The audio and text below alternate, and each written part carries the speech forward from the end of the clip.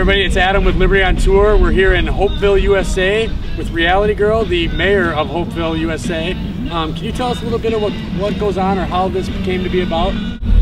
Well, it started in the Tucker Tunnel. There were people living down there in tents, and the tunnel started collapsing, so they had to get the people out. The city was making people leave. Larry Rice came in and started calling it Hopeville. Kind of stuck. So everybody voluntarily chose to come to this area and live, and so now how do the interactions work? How do you provide for yourselves?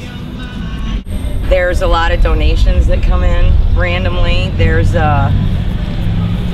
Larry Rice doesn't have much to do with it anymore, but there's still people that learned about us through him that come out and help.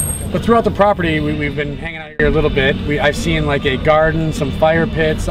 Is the atmosphere mostly communal, or are people providing for themselves? It's still communal.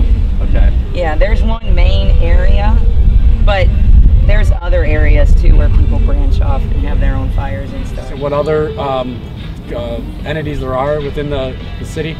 Security staff. The chief is female.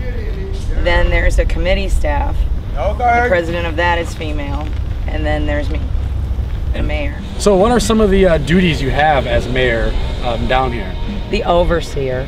The overseer? Pretty much. So primarily your job would be when people have complaints or something else to mediate. Right. There is a undefined set of social guidelines within Hopeville, and people know what they are without them actually being written down. Sort of, yeah. Right. It's obviously people who are out here for a reason. They don't like to follow rules that have been put on them out there in the society, and decided they didn't want to follow them. At some point, that's how they ended up out here, including me. And there's a free will clause. We can't make anyone do anything out here. The best that I can do, or anybody else can do, is say where we think the way they're acting is going to lead them.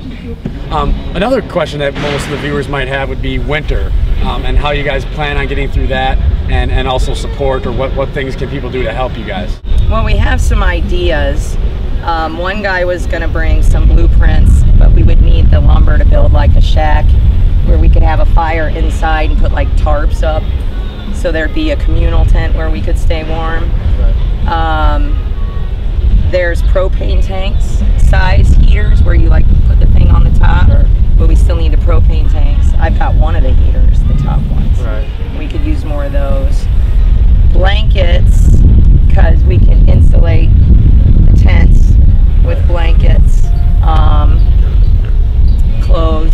And this is a perfect example of a voluntary society getting together without government forcing money out of people's pockets, without government saying this or that needs to be done, and without government regulating zoning, building, and what you can do on your property. I mean, these folks came here on their own free will. They survive.